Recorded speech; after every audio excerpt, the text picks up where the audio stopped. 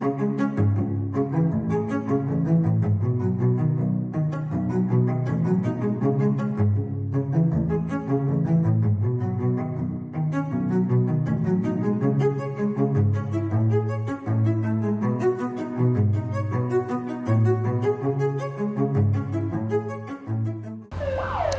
tal? Muy buenas tardes, soy Héctor de Mauleón, le agradezco que nos acompañe otra vez en una emisión del Foco. Seguimos caminando por la colonia San Rafael, de noche. Es un recorrido que ha sido muy disfrutable de la mano de nuestro amigo Marco Ramírez. Bienvenida, Beca. Hola, ¿qué tal, Héctor? Bienvenido. Gracias. Pues recapitulemos un poco la historia de la colonia para recordarle a quienes nos están acompañando el momento en el que surge la colonia San Rafael como colonia de los arquitectos. Sí, bueno, surge a mitad del siglo XIX, es un proyecto que invita a los estudiantes de la Academia de San Carlos a crear sus casas y hacer un lugar muy especial. Lo habíamos comentado, no prospera porque pues, sigue quedando muy lejos de la ciudad. Hay ciertas circunstancias, se quedan muchos lotes vacíos, aunque sí se edifican mansiones increíbles, suntuosas. Después ya se vende otro pedazo de lo que era el rancho del San Rafael y se empieza a construir esta colonia. Aquí precisamente Rosas Moreno era la frontera de la colonia de arquitectos, y esto además pues era un llanos, eran que todavía espacios abiertos hacia el río, por donde corría el acueducto de la Verónica. Pero hay también registros novohispanos, nos decías, Marcos, sabemos que aquí había ranchos, haciendas. Había huertas, una huerta que no les había platicado, que quería comentarles, la huerta de Lucas Alamán. Era una huerta que tenía 365 árboles para hacer alusión a cada uno de los días del año. Entonces, era como una de las cosas que tenía Lucas Alamán aquí precisamente, mucho más pegado hacia el acueducto. Hay una historia en las memorias de Guillermo Prieto de cómo queda cuando su madre enloquece. Él le va a pedir ayuda a Lucas Alamán. Cuenta que vivía cercano a la ribera de San Cosme y a pesar de que había sido muy duro Guillermo Prieto en artículos contra Lucas Alamán, le pide auxilio y Lucas Alamán lo recibe como un hijo, lo deja vivir en su casa a pesar de que ideológicamente estaban separados. El gran historiador, el gran intelectual de los conservadores contra uno de los grandes liberales del siglo XX. Se juntan, del siglo XIX, se juntan en este espacio precisamente. Que nos dice mucho de que puede uno diferir de ideas, pero al final de cuentas yo siempre he dicho que el problema de México es cuando el odio entre mexicanos es mayor que el amor a la patria. Entonces, en nuestras épocas más sombrías es lo que ha sucedido. Sí, la historia secreta de México, ya lo hemos comentado en alguna ocasión, es la historia del odio. La colonia de los arquitectos es uno de los grandes proyectos incumplidos de la Ciudad de México. Se podría hacer la historia de la ciudad que no fue, contando todos los proyectos que se armaron cuando se pensó ocupar, por ejemplo, el terreno que hoy ocupa el Monumento a la Revolución, que iba a ser una penitenciaría. Primero iba a ser un pabellón de exposiciones internacionales, porque quedaba muy cerca de la estación de ferrocarril. Entonces, una avenida separaba a los extranjeros que pudieran venir a mostrar sus productos, sus avances, sus adelantos científicos y tecnológicos. Nunca se llevó a cabo. Se pensó hacer una penitenciaría en ese espacio, tampoco se realizó, solamente quedaron planos de cosas que no se hicieron y desde luego el Palacio Legislativo. Si uno va juntando las cosas de la ciudad que no fue, podríamos hacer algo muy, muy interesante. Nos hemos detenido frente a una casona típica de la colonia San Rafael, una casona bellísima. ¿A quién le perteneció? Fue la familia Buendía, se tiene entre muchos otros personas que fueron dueños, y actualmente es la Casa de la Cultura de la colonia San Rafael. Cerró un breve periodo después del temblor del 2017, 1 o 2 años, porque se dañó, pero afortunadamente ya está en funciones y es un espacio para que los vecinos de la San Rafael pues tengan un espacio para exposiciones, para aprender música, se dan cierto tipo de cursos, un lugar agradable para toda la comunidad. Bueno, vamos a caminar por la calle de Francisco Díaz Covarrubias, una figura central en el mundo científico porfiriano. Es el personaje que encabeza esta expedición que tiene tintes novelescos, que se hace una expedición científica al Japón. Sí, no, es creo que uno de los episodios más brillantes de la ciencia en México en el siglo XIX. Se forma esta comisión. para ir a Japón querían medir el paralaje de Venus, el tránsito solar de Venus por el círculo. Entonces, era la manera de determinar la distancia exacta entre la Tierra y el Sol. Entonces, es una expedición que dura 3 meses. Iban a ir originalmente a China, acaban yendo a Japón. Los japoneses los reciben muy bien. De hecho, el único pabellón que dejaron los japoneses que ondeara la bandera del país fue el pabellón mexicano. Entonces, ahí ondeaba la bandera de México. En una cosa, es curioso pensar que en ese tiempo los científicos iban de México a Japón y no al revés como puede suceder Bueno, ahora. de hecho, la Embajada de México tiene un lugar muy privilegiado en Tokio, que ya la quisieran muchas otras embajadas, sí. ¿no? Hay un vínculo muy importante en ese momento porque también se hace un tratado que para los japoneses va a ser muy importante. Es cuando Japón se abre al mundo y México va a ser el primer país que negocia con ellos en un nivel de igualdad. Algo que nunca les había pasado antes y que normalmente sus relaciones con Europa tenían otra dinámica, otras tensiones. Entonces ellos van a estar siempre muy agradecidos con México, que los vio con la soberanía con la que el propio México le costó trabajo ser reconocido, ¿no? En esa expedición va un joven, en ese momento era un joven reportero, Francisco Bulnes. Y es el que hace toda la crónica. Después de ahí se saca el libro, pero desafortunadamente el manuscrito es quemado en la biblioteca de Francisco Bulnes durante la Revolución, que ahí se perdió una cantidad de información que no sabemos todo lo que había ahí, que bueno, es una lástima.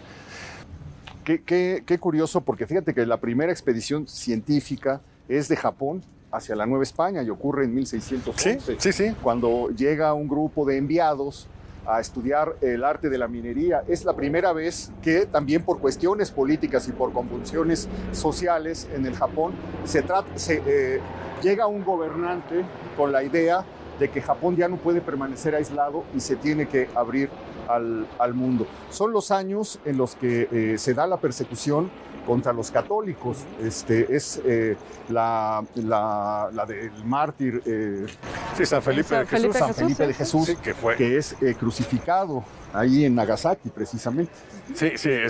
Y nos mandan a un samurái de embajador, que también esto podría servir para hacer unas películas. Bueno, las crónicas, ¿no?, de la gente que ve entrar a este samurái, pues son una cosa maravillosa. Lo cuenta Chimalpain, cómo la gente sale a verlos porque llegan por Chapultepec, el virrey manda un carruaje dorado para recibir al que viene al frente de esa comisión, y la gente sale a mirar con una curiosidad extraordinaria el paso de estos personajes que son completamente distintos a lo que ha visto la gente de la Nueva España. Imagínate nada más 1611, ver a 20 personas que se acercan caminando, samuráis con la coleta, dicen que usan unos zapatos de gamuza que parecen más bien guantes, que tienen rostros que parecen de mujer, excesivamente lampiños, como polveados. La descripción de Chimalpain es invaluable de lo que ocurre ese día. Y bueno, pues se va dando esta... Y nos sitúa, ¿no?, la Ciudad de México como ese centro del mundo, esa globalización que empieza no ahora, sino en el siglo XVI, en el XVII. Entonces, ese es el centro comercial del mundo, esta ciudad que siempre ha sido maravillosa, cosmopolita. Desde ese momento ya es un lugar importante. Y bueno, pues dejan el arte de los biombos, tantas cosas que trajeron en esa comisión y que se fueron quedando. Hay unas historias extraordinarias, porque muchos de ellos regresaron, bueno, los bautizaron aquí en el Templo de San Francisco, adoptaron nombres cristianos, algunos de ellos se quedaron. El virrey de ese tiempo dijo, yo me voy a quedar con uno para mi servicio, lo agarró como un ballet. Otro se fue a vivir a Guadalajara y tuvo descendencia y tuvo familia. Muchos no quisieron volver, y hubo novohispanos que se fueron con ellos. Sí, y hay retratos también maravillosos que son muy interesantes, pues son retratos con toda la factura de la pintura novohispana, pero lo que nos muestran es un samurái, ¿no? Entonces, como ese encuentro de dos mundos tan interesante que se ve ahí. Me paré aquí porque vamos a cambiar radicalmente de tema. Aquí en el número 14, esta colonia es una colonia que ha sido muy querida por todos los cineastas. Es una colonia donde se pueden hacer películas de todo tipo, porque si uno quiere hacer una película de época porfiriana, la San Rafael sirve. Si uno quiere hacer una película de los 20, de los 30, de los 50, de los 80, aquí hay escenario para todo. Aquí se filmó una película muy conocida, La familia Pérez, con Sara Montiel. Sara García. Con Sara García, Joaquín Pardavé, cierto, Manolo Fábregas. Es del año 48, 49, y el director es un director, bueno, es que ahí se juntan muchísimas cosas. El director es nada más y nada menos que Gilberto Martínez Solares. Este director que se va a hacer famoso porque es el director que inventa a Tintán. Es el director del Rey del Barrio, del Sultán Descalzo, El Revoltoso, del Conde de Montecristo, de El Ceniciento. Es el director que inventa a Tintán y es un director que además transita toda la época de oro del cine mexicano, pero después tiene una segunda fase, después de la fase clásica, que es una fase pues, que a mí ya no me parece, hasta luego, me parece absolutamente lamentable, que es la parte en la que se involucra como director del cine de ficheras, de mofles, de albures, etcétera, y sigue haciendo películas porque vive muchísimo, es toda una institución del cine mexicano. No, también ese cine es una época, ¿no? O sea, digo, Sí, finalmente. claro. No es el gran cine, pero es una época. No, para nada es un gran cine, pero si lo comparas con la época de oro del cine mexicano, la caída de él como director es brutal. De hecho, hace un remake de El Rey del Barrio, pero con Alfonso Sayas, ya no con Tintán. Entonces imagínate cómo salió eso. La acaban de pasar hace poco. Yo una noche la vi y no sabes la cosa. Pero bueno, esto se filma en este lugar. ¿Hay alguna otra película, por ejemplo, más reciente es Roma? Roma se filmó en Velázquez de León. Claro, tomaron sí, una parte fragmentos cuando de San van a Rafael. la tortería. Desafortunadamente ese día que estaban filmando Roma los asaltaron. Les quitaron parte de aquí. Sí, claro, eso fue nota. Fue Eso toda fue una nota. nota. Sí. También se han grabado aquí series últimamente de las nuevas plataformas. Diableros, por ejemplo. El detective Belauzarán. Se grabó en una tintorería de aquí muy cercana. Y así una serie, una cantidad que uno de repente... Además es un lugar fácil para grabar porque no hay parquímetros. Claro. No hay tanto tránsito como en la Roma o en el centro. Entonces, Falcón, que es una serie que supuestamente es en Sevilla, la grabaron también aquí. Entonces, sí, hay escenarios para tiene una historia todo. cinematográfica, entonces, la Sí, San Rafael.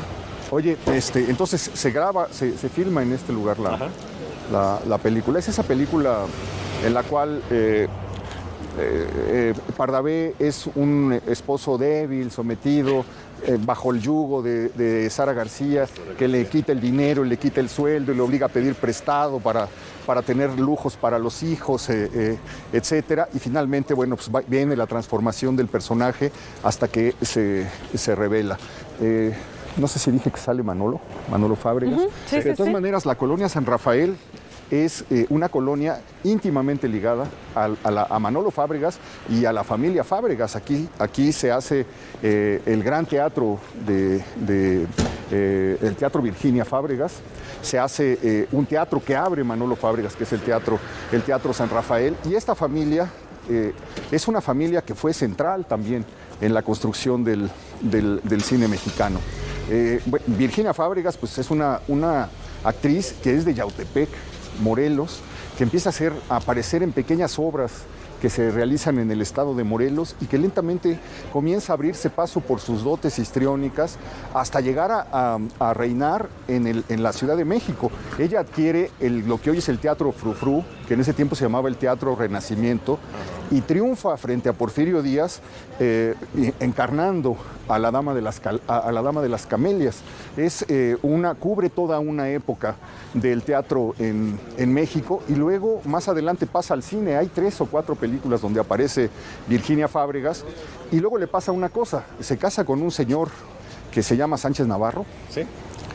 Y ese Sánchez Navarro tiene un hijo que se casa con Fanny Schiller, que es otra actriz de aquella época.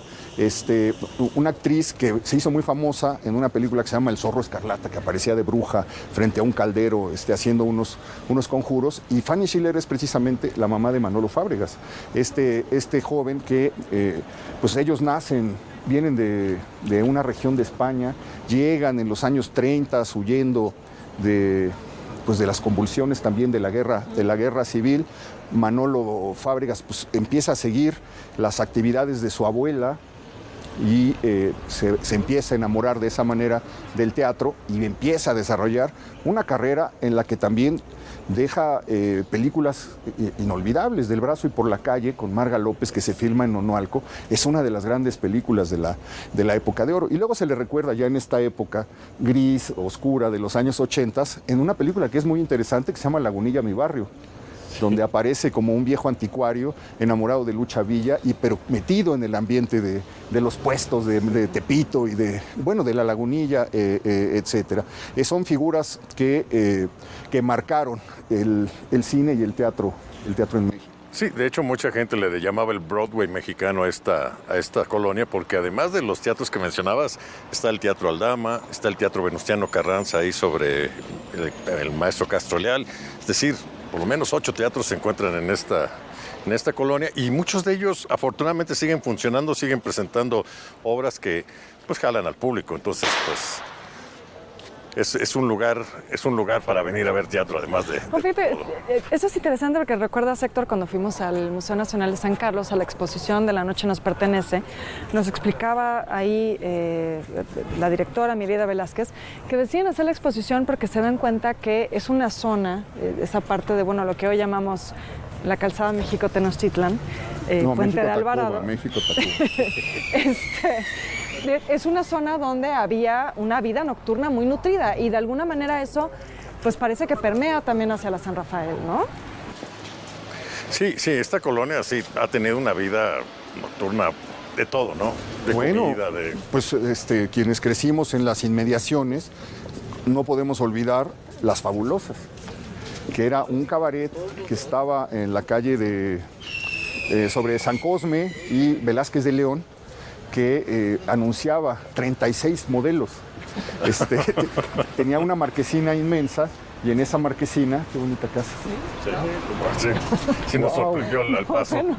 Una cosa hermosa. Nada más los interiores. Sí, esta calle en particular tiene muchos estilos arquitectónicos de muchas épocas, de las mejores cuidadas de la colonia. Sí, muy ecléctica, pero muy bonita. Bueno, pero estabas explicando de Las Fabulosas. No, Las Fabulosas. Tú pasabas y veías una marquesina del lado donde está el Teatro San Rafael, frente a la Capilla Británica, veías otra pequeña en San Cosme, y luego veías otra sobre Velázquez de León, donde estaba la entrada de este lugar, y aparecían los nombres de las modelos, de las muchachas que salían ahí bailando. Fue uno de los grandes centros de espectáculo nocturno que hubo en la Ciudad de México durante muchísimos años. Oye, pues a cada paso encontramos algo. Sí, esta es la Clínica de Especialidades 4, que también fue una casa y que afortunadamente se conserva parte de la arquitectura. Entonces, pues son las cosas buenas que tiene ahora la San Rafael. Sí. Fíjate que yo hacía tiempo que no caminaba por aquí. Veo con mucha tristeza que unas casas muy antiguas que estaban en la esquina de Rosas Moreno desaparecieron, que se ha ido renovando, digamos, el mobiliario porfiriano y de principios del siglo para ser reemplazado y sustituido. Conserva todavía mucho de su encanto, ¿no? Han pasado dos eventos que han cambiado mucho esta colonia. El temblor del 2017, mucha gente que vivía, sobre todo en la Roma, se vino a la San Rafael. Y el otro evento que cambió de una manera fundamental la colonia fue la pandemia. Mucha gente que hace home office, sobre todo de Estados Unidos, se vino a vivir a esta colonia.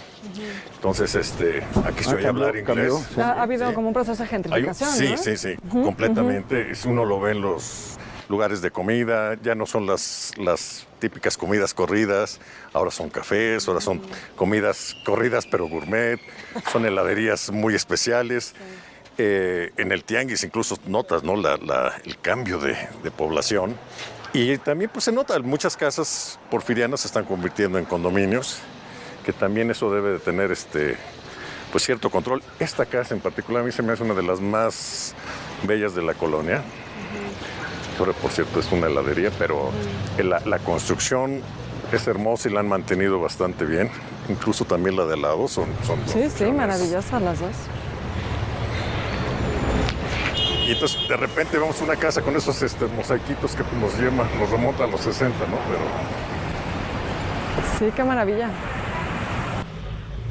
Sí, esto está, digamos, encuadrado en un eje donde hay 4 colonias.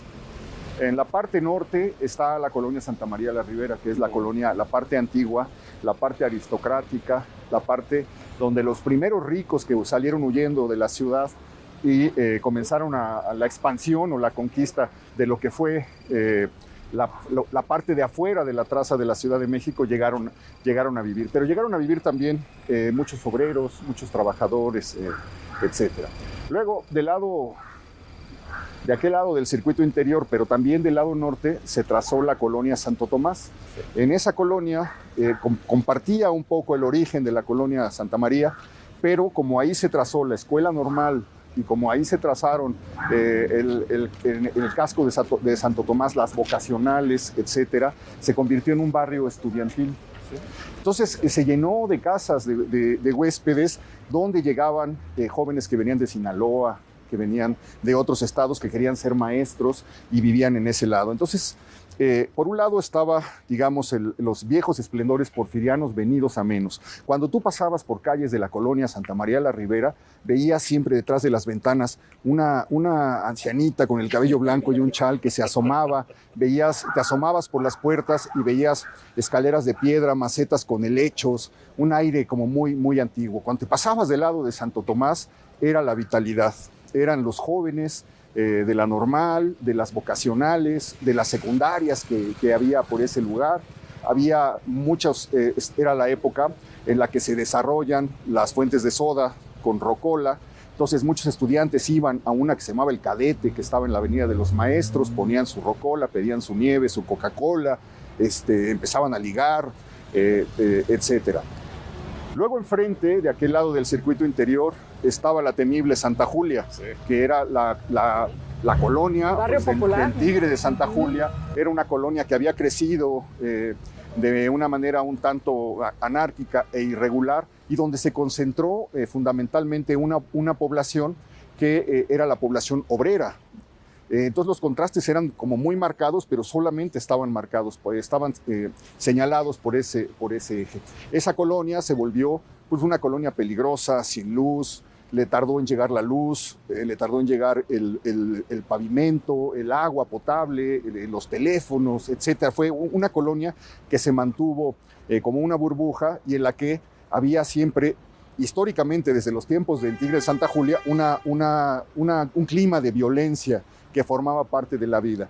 De hecho, es una de las colonias, lo comentamos al caminar por la Doctores y todo esto, es una de las dos colonias que más población han aportado a los reclusorios de la Ciudad de México. Y enfrente estaba esta colonia que es por la que estamos caminando, que es la colonia San Rafael, que era una colonia en la que se contagiaba la arquitectura porfiriana que había, digamos, florecido en Santa María la Ribera, pero se mezclaba con una especie de clase media que le daba el carácter fundamental a la colonia San Rafael. Entonces uno podía transitar por las cuatro puntas de Melchor Ocampo y México Tacuba, hoy Circuito Interior y Ribera de San Cosme, digamos, y ir conociendo las distintas atmósferas, los distintos ambientes, los lugares, la zona de los mercados, la zona de las piqueras. Había de aquel lado cines peligrosísimos, el cine César, el cine Carmen, en donde la pensabas para meterte. Y de este lado había cines que estaban desde 1922, que tenían un aire de esplendor, como el cine Lux. El cine Lux se inaugura en 1922 en Miguel Schultz, me parece, y en Miguel Schultz. En Miguel Schultz, sí. Ese año, y se vuelve uno de los grandes focos que irradian con el ópera a toda la zona. Nada más que Lux era un cine mucho más antiguo y le lleva 25 años al cine ópera. Y pues ahí se da el otro fenómeno, el de la educación de la gente, la educación cultural de la gente a través de las grandes salas de cine que existen en toda la zona. Cine Tlacopan, Cine Cosmos, Cine Lux, que luego se llamó Fernando Soler, el Cine Ópera, el Rivoli, el Cine Majestic, etc. Se hace una tradición que yo creo que forma parte de las tradiciones de todas las colonias de la ciudad, que era el fin de semana o el día que se estrenaba una cosa, eran colas inmensas para poder comprar un boleto en la taquilla y luego salir, dirigirte hacia un templo cercano, a una plaza cercana, por un elote, por un esquite, por un buñuelo, etc. Era como pues, parte de la vida que se respira un poco aquí, ¿no? Nos están haciendo aquí unas señas de que nos tenemos que ir a corte, pero en un momentito regresamos.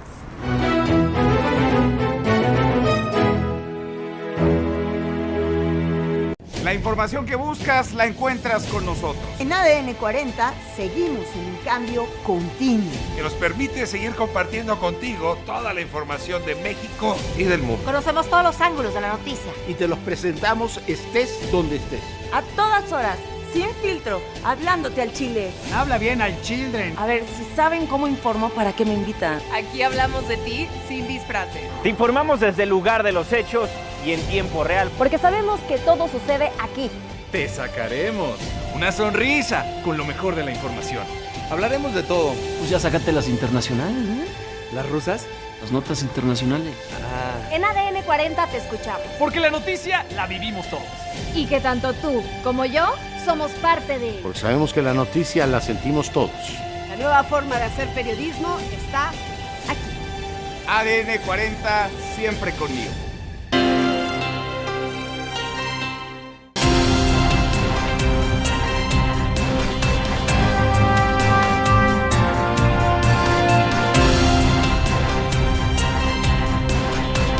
ADN 40, siempre conmigo.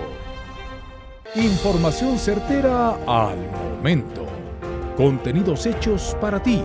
Periodismo veraz. ADN conmigo. Con Juan Pablo de Leo y Baitiare Mateos.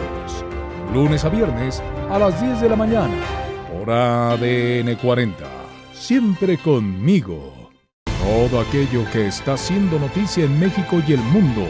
Podrás conocerlo y discutirlo con nosotros a través de ADN40.mx. Caos vehicular en circuito interior por un tráiler. Así arrancamos noticias ADN40.mx. Pues a darle. ¿Arrancamos? Con Valentina Rodríguez, Romina Ramos, Ania Gómez, Carmen Sánchez y Daniel Jacobo. De lunes a viernes, ADN 40. Todo lo que quieres saber sin filtros ni censura. Aquí te informamos lo que los demás no te quieren decir. Comenzamos con esta ciudad desnuda. Donde no tenemos miedo de mostrarlo todo. Falleció afuera del hospital. Superaron los 200 asesinatos. Ciudad desnuda, donde no nos callamos nada. Lunes a viernes, 19 horas. Por ADN 40. Regresa el programa pionero de la comedia política. La funcionaria morelense se imaginó un municipio en el que las víctimas del crimen tendrían que denunciar los delitos antes de que sucedan, lo cual equivale a ir al baño antes de tener ganas. Cotorreando la noticia. Acompáñanos de lunes a viernes a las 16 horas por ADN 40. Pero no se olviden que esta es la copia genuina de Cotorreando, la única. La noticia. No acepten otras imitaciones. Si les gusta lo que ven, pues recomiéndenos con sus amigos. Hasta mañana, muchachos. Pásenla bien. Adiós. Bye. Bye. La noticia hasta donde tope. El juego del acertijo, el programa que te informa de manera profesional y divertida. ¡Ay, correcta esta información! Correcto. Sigue así. La Metropolitana de Guadalajara. Toda en internet. En donde tú también podrás participar y poner a prueba tus conocimientos. No te lo pierdas, de lunes a viernes a las 16:30 horas por ADN 40.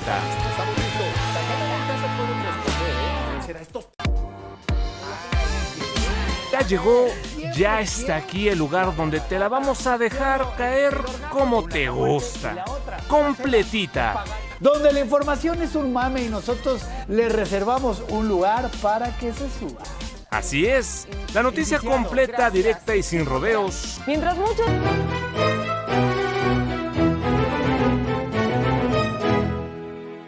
Damos la vuelta en Gabino Barrera, vamos caminando hacia la ribera de San Cosme. Es una parte padrísima esta de la colonia San Rafael, ¿eh? Sí, a mí como que es la más conservada, está muy bonita, muy limpia, no está muy transitada. Todavía iluminada, las casas muy bien conservadas. Mucha muestra de la arquitectura de diferentes años, como esas casas que estamos viendo. ¿Sabemos quiénes son los arquitectos que desarrollaron casas aquí, Beca? Tenemos el registro así de algún serrano. Fíjate que no, de los porfirianos no lo tengo tan claro, pero bueno, sí hay grandes ejemplos de arquitectura aquí, sobre todo si nos vamos a Sullivan. Ahí, bueno, vamos a encontrar ni más ni menos que en una cuadra Barragán. a Pani, a Barragán y a Matías Geritz, ¿no? Sí, entonces, bueno, a los tres. hay mucho patrimonio arquitectónico en la San Rafael. Sin embargo, también es rara la San Rafael por también esto que decías, la cercanía con la Santa María de la Ribera. Se pelean un poco como el título de cuál es la primera, ¿no? O sea, la colonia de los arquitectos inicia, no es muy exitosa, Santa María Pero se es Santa desarrolla María, después. porque es la que se desarrolla. Sí, es la que se desarrolla. Y bueno, digamos que también la San Rafael comienza un proceso como más lento de desarrollo que la Santa María de la Ribera, ¿no? O sea, como que va un poco en el porfiriato, se detiene con la revolución, continúa un poco Es que lo de después. Somera, el proyecto de Somera es de 1880 y tantos. Ya casi terminando el siglo. Y la explosión viene hacia 1900 después. Exacto, de, ¿no? sí. Que también eso la benefició esta colonia porque recibe servicios. Platicábamos, por ejemplo, del drenaje. Hace unas semanas estaban abriendo la calle para cambiar un drenaje y sorpresa, en un edificio de 50 habitaciones que seguramente fue una casa unifamiliar, aparece un tubo de barro que es el que da el desagüe al drenaje principal. Y esta fue de las primeras colonias que tienen ese proyecto de Porfirio Díaz, que dicen que el proyecto más grande de Porfirio Díaz nunca se vio. Vamos a Fue el drenaje, perdón. sí. Fue el drenaje y... Sí, claro, era un proyecto invisible, digamos, ¿no? Sí, de esos que no le reditúan a la política, pero que son muy Pero necesarios. fueron cruciales. Bueno, el drenaje profundo es la gran obra que se presume en las fiestas del centenario, ¿no? Sí, y lo del drenaje de las calles, el famosísimo doctor Lisiaga va a Chicago a la exposición y entonces hay una ciudad, la ciudad Pullman, que la hizo el empresario que le pone camas a los vagones. Ajá, sí. Y entonces ve que hay un drenaje especial y ese drenaje ha bajado la cantidad de epidemias, de muertes, de enfermedades y convence a Porfirio Díaz, dice, eso tenemos que hacerlo en la Ciudad de México. Entonces ahí empieza ese proyecto increíble de meterle Bueno, drenaje. eso del doctor Lisiaga creo que es muy interesante porque pues no hay que olvidar que las grandes epidemias del siglo XIX van a ser epidemias de cólera y la cólera tiene que ver con agua sucia. Entonces no es extraño pensar que sea un médico el que decide que este es un proyecto que se tiene que copiar, de pararlo, ¿no? Eso es maravillosa, No, está ¿eh? La herrería es como Art padrísima. Nouveau, es una cosa bellísima. Mira, algo bueno que se está haciendo, se conservan las fachadas y se construyen edificios, Claro. por lo menos, ¿no? Por dentro. Por dentro. Sí. Aquí está ahora la nueva sede. La sede del 1+1. Bueno, hablábamos que es también la zona de los periódicos, ¿no? Estuvo el Esto, el Sol de México. Creo que la Alarma tenía sus oficinas por aquí. Tenías, no, tú. También fue una zona de cantinas muy conocida. Ahorita estamos muy cerquita de una que cerró en la pandemia, famosísima, Las Barricas. De esas cantinas que mientras uno llegara a pedir alguna bebida, la comida no cesaba de venir.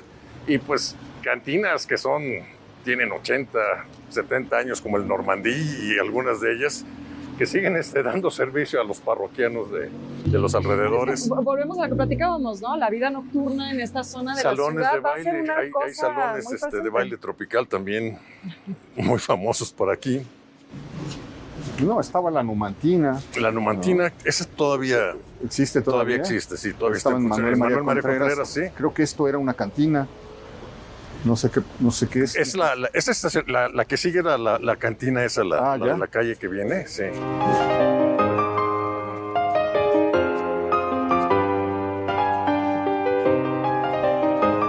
Y Marco, el drenaje nos decía, se encontró una tubería de barro. De barro, sí. Es decir, podemos asumir que es esa tubería del proyecto que Lisiaga propuso. Yo creo que esa tubería por lo menos tenía 90 o 100 años. Arriba del barro, que tengo unas fotos que ahí encontré yo por andar de metiche, había una cubierta de ladrillos, unos ladrillos enormes, que eran los que protegían contra el peso.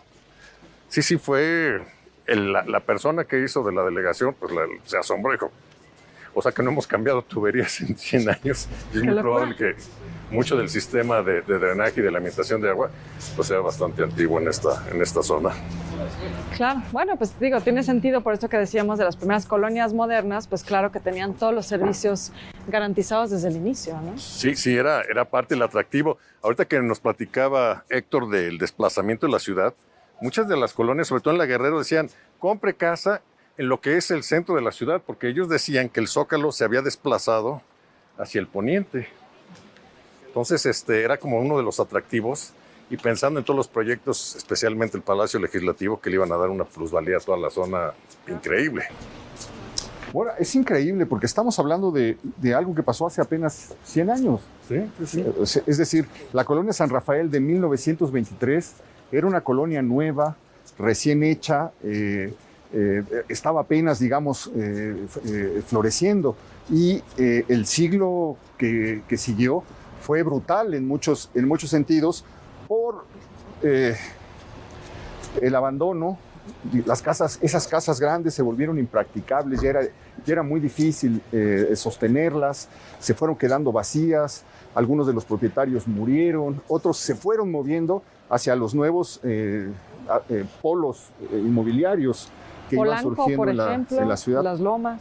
Pues todo se fue desplazando hacia esa... A los que les fue bien, ¿no? Y también tú encuentras, si te metes a los registros, ves que muchas de estas casas, sobre todo en los 30s, se tienen que rematar por falta de pagos de los préstamos. Entonces es muy común encontrar casas que ya no se pudieron pagar y se van a subasta pública, que es algo también que llama la atención. Bueno, que ahí se ven los efectos de la revolución, ¿no? Ya lo habíamos hablado, las familias que salen de estas colonias como la San Rafael, la Santa María la Ribera, huyendo de la violencia de la revolución, muchos extranjeros también temerosos de qué les puede pasar con esta guerra. Y pues eso me imagino que también generó una decadencia. Sí, y pues la crisis del 29 que también pegó aquí de manera importante, ¿no? Oye, esta calle también es Manuel María Contreras. Manuel María Contreras es bellísima. Ve nada más. Esa casa. Esa casa es... Pues creo que es uno de los últimos ejemplos de una casa con mansardas que queda en la San Rafael. Pero nos da una idea exacta, precisa, de lo que fue esta colonia en la época de su nacimiento y de su esplendor, ¿no? Sí, no, definitivamente. ¿Dónde era la calle donde vivió María Teresa? Era en esta. Esta precisamente, sí, yendo hacia el circuito interior. Sí, Guillermo Prieto. ¿Por qué no nos acercamos hacia el lugar donde...? De hecho, ahorita que notemos, hay una cuestión geográfica aquí o de niveles. Si uno ve el circuito interior, está más alto como 5 o 6 metros. Como que uno sube, y ¿no? mientras se acerca uno más hacia San Cosme, llega un momento en donde está la iglesia de la Lupita, hay casi 20 escalones de diferencia. Tienes que bajar. Lo que nos avisa o nos dice un poco de lo que era la zona chinampera a lo que era la parte de tierra firme de Tlaxpana. Ahí está precisamente todavía marcado después de 5 siglos esos desniveles que nos hablan de esa geografía. Pero era el paso del río Consulado. También ¿sí? Lo que habla de que en las crecidas esta zona pues, era tremenda las inundaciones y por eso se encuentran luego esos respiradores que encontramos en algunas de las casas para permitir que circulara el aire. Vamos a acercarnos hacia la casa de María Teresa Landa, la primera Miss México de la historia, célebre porque le vació la carga completa de una pistola a su marido, el general Moisés Vidal. Recordamos un poco su historia, pero valdría la pena pararnos, encontrar el lugar donde ella pasó sus últimos años. No se vaya.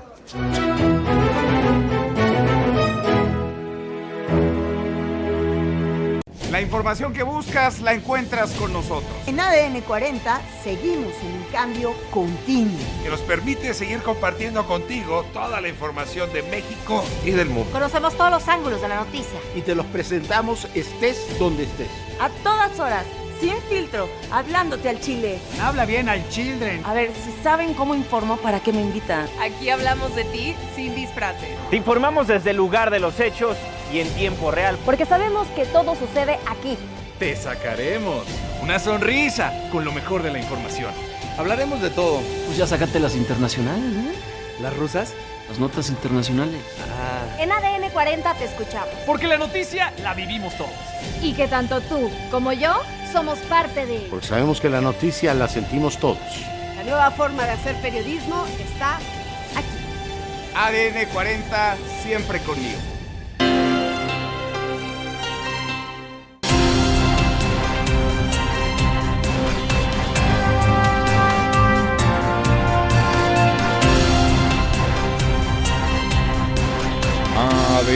40, siempre conmigo. Información certera al momento. Contenidos hechos para ti. Periodismo veraz. ADN conmigo. Con Juan Pablo de Leo y Baitiare Mateos. Lunes a viernes a las 10 de la mañana. Por ADN 40. Siempre conmigo. Todo aquello que está haciendo noticia en México y el mundo. Podrás conocerlo y discutirlo con nosotros a través de ADN40.mx. Caos vehicular en circuito interior por un tráiler. Así arrancamos Noticias ADN40.mx. Pues a darle. ¿Arrancamos? Con Valentina Rodríguez, Romina Ramos, Ania Gómez, Carmen Sánchez y Daniel Jacobo. De lunes a viernes, ADN 40. Todo lo que quieres saber sin filtros ni censura. Aquí te informamos lo que los demás no te quieren decir. Comenzamos con esta ciudad desnuda, donde no tenemos miedo de mostrarlo todo. Falleció afuera de los hospitales. Superaron los 200 asesinatos. Ciudad desnuda, donde no nos callamos nada. Lunes a viernes, 19 horas. Por ADN 40. Regresa el programa pionero de la comedia política. La funcionaria morelense se imaginó un municipio en el que las víctimas del crimen tendrían que denunciar los delitos antes de que sucedan, lo cual equivale a ir al baño antes de tener ganas. Cotorreando la noticia. Acompáñanos de lunes a viernes a las 16 horas por ADN 40. Pero no se olviden que esta es la copia genuina de Cotorreando la noticia. No acepten otras imitaciones. Si les gusta lo que ven, pues recomiéndenos con sus amigos. Hasta mañana, muchachos. Pásenla bien. Adiós. Bye. La noticia hasta donde tope. El juego del acertijo, el programa que te informa de manera profesional y divertida. Ay, ¿correcta esta información? Correcto. Sigue así. La Metropolitana de Guadalajara. Todavía ni te... En donde tú también podrás participar y poner a prueba tus conocimientos. No te lo pierdas, de lunes a viernes a las 16:30 horas por ADN 40.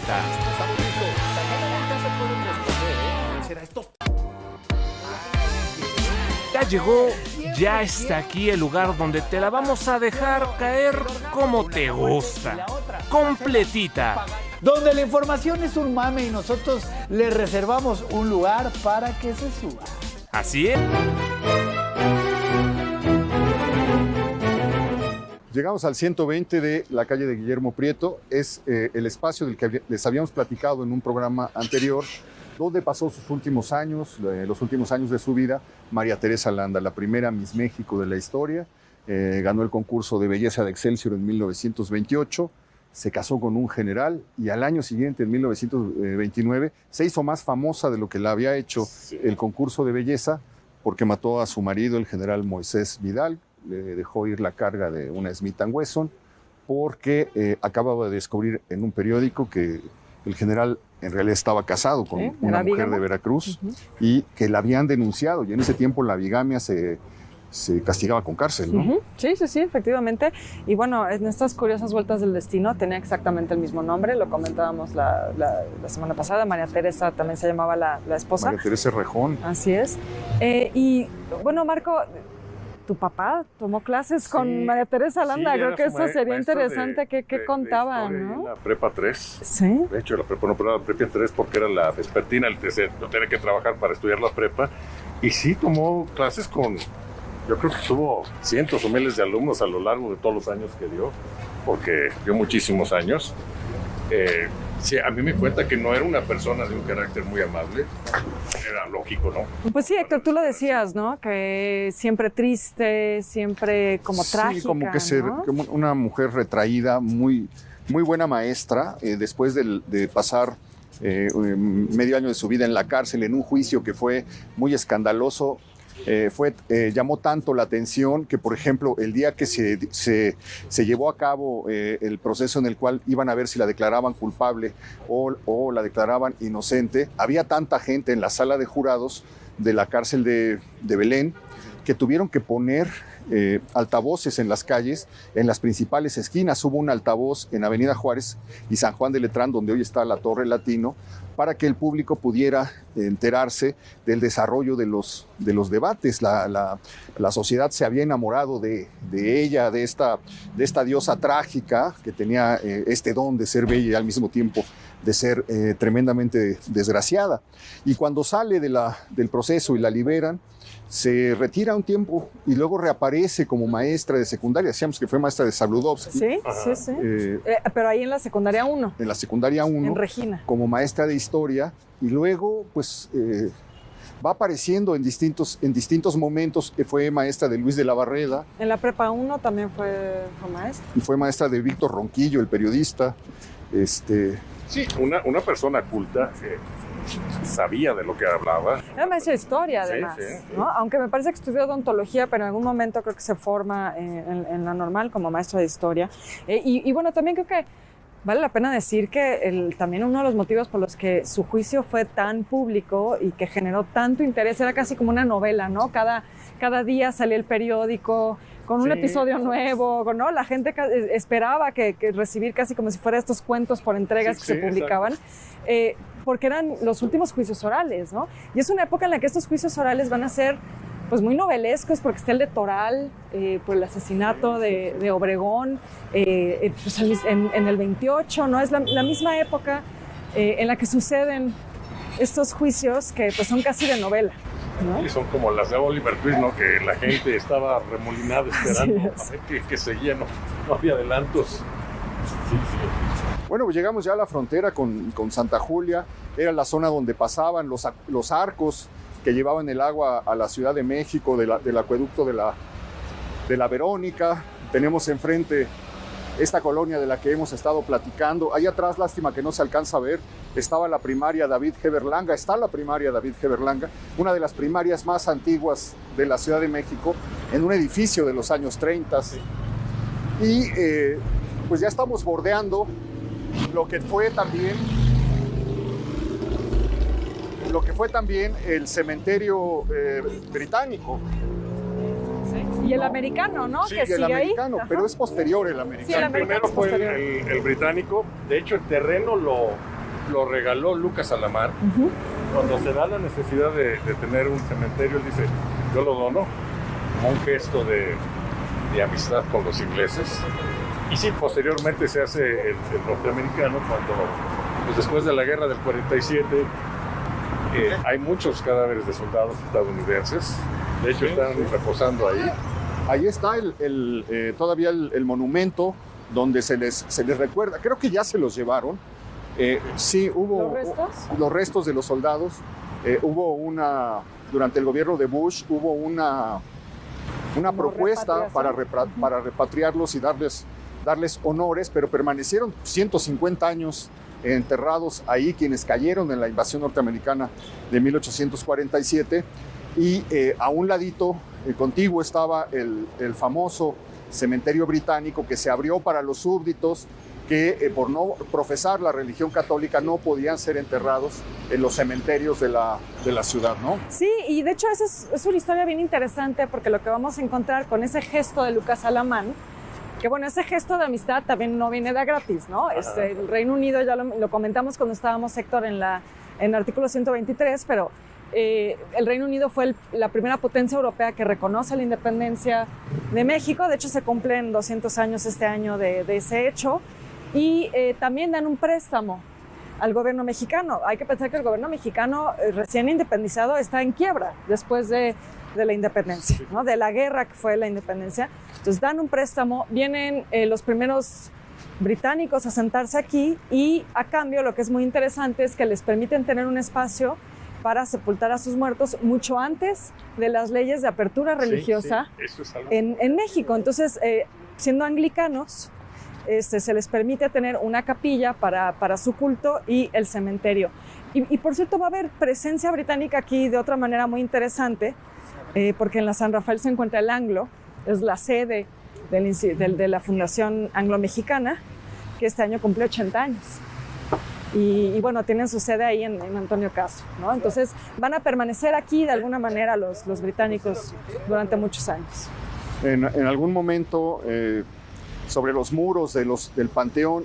El Panteón fue seccionado cuando se abrió el circuito interior, es decir, donde están pasando los coches, están pasando, digamos, encima de los huesos de muchas de las personas que fueron enterradas ahí a partir de 1824, que me parece que es la fecha en la que se donan estos terrenos para la creación del cementerio británico.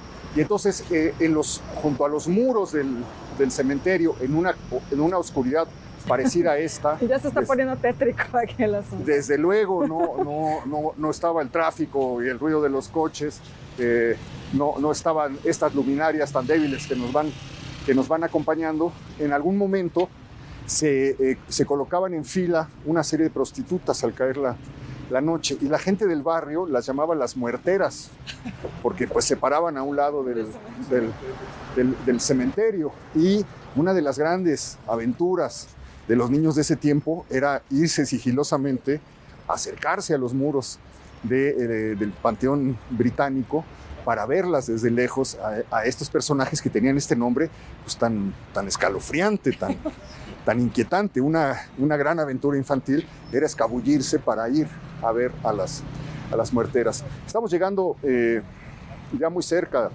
de los límites del Teatro San Rafael, ligado también a la vida de Fábregas, y a una iglesia que pues es una de las grandes construcciones clásicas de la colonia San Rafael. Sí, la iglesia de la Guadalupita es todo un referente para los feligreses. Está en una zona bastante accesible, todo el mundo puede irla a ver, y es de mucha tradición, es de las fiestas más celebradas aquí en la colonia. La gente asiste normalmente el 12 de diciembre, viene a festejar, bueno, la noche desde el 11, ¿no? Un templo muy emblemático de esta colonia. ¿Es de Enrique del Moral o Enrique de la Mora? Creo que sí. Ah, mira, interesante, él también es el anglo. Entonces tiene presencia aquí. A propósito de que hablábamos de los arquitectos. Enrique de la Mora, ¿no? Enrique de la Mora, sí, él hace la auditoría del Anglo. Creo que en el Anglo también hay algo de las famosísimas sombrillas de... Sí, de Candela, exacto. Es el auditorio, lo hacen en conjunto, Bueno, también por acá, famosísimo de Candela, San Antonio de las Huertas. Sí, con los maravillosos pinturas de Elvira Gascón. Elvira Gascón, sí. Bueno, es que un poco estaba yo pensando en eso. Está la obra de Félix D'Annunzio. Sí, claro. Que es la ópera. El cine ópera. Que bueno, eso ya lo habíamos hablado en su momento, pero la ópera también es interesante por los interiores que los hace, a propósito de Elvira Gascón y los exiliados españoles, los interiores del ópera lo hace Manuel Fontanals, Manolo Fontanals, como también se le conocía, que era pues el gran escenógrafo del cine de oro mexicano. Ahorita que platican de cementerios, también yo no sé si exhumaron los restos del cementerio del convento de San Cosme, yo creo que no. Entonces, parte de incluso el cine ópera están sobre lo que fue el cementerio del convento. Sí. Muchos de los vecinos de la San Rafael deben de vivir sobre huesos. No, era un convento amplísimo, es decir, ocupaba prácticamente toda la calle, llegaba casi hacia donde está la escuela Margarita Maza de Juárez, que es donde tenía la finca Benito Juárez, donde murió. Lo comentábamos en uno de los programas pasados, Margarita Maza de Juárez. Estaban las huertas, estaba el cementerio, y luego se fue fraccionando este señor Santa Cilia. ¿Obregón Santa Cilia? No, el padre, el sí. que se casa con una de las hijas de Juárez. Compra unos lotes en ese lugar, compra los lotes precisamente de lo que fue el viejo convento de San Cosme, en donde también está enterrado un virrey, en donde pasó, pues se generaron muchas de las leyendas de la vieja ciudad de los palacios en la época virreinal. Uno de los legados que más me gustan de lo que quedó del convento de San Cosme es la marca de fuego de su biblioteca.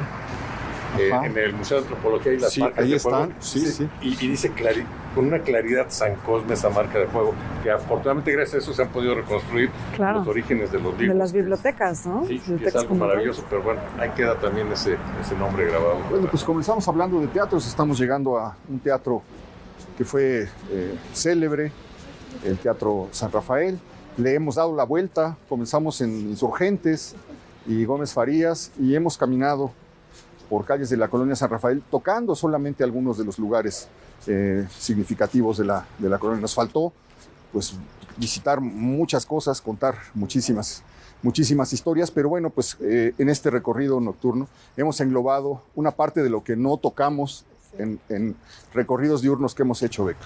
Sí, así es. Estamos viendo pues, otra cara de la San Rafael, otras historias de la San Rafael y también, hay que decirlo, descubriendo en estos recorridos espacios nuevos como el Museo de la Casa Postal, ¿no? de la Cultura Postal, que pues también es interesante como en lo cultural, en lo histórico, la San Rafael también sigue renovándose. Sí, la gastronomía también. Hay una renovación de todo, ¿no?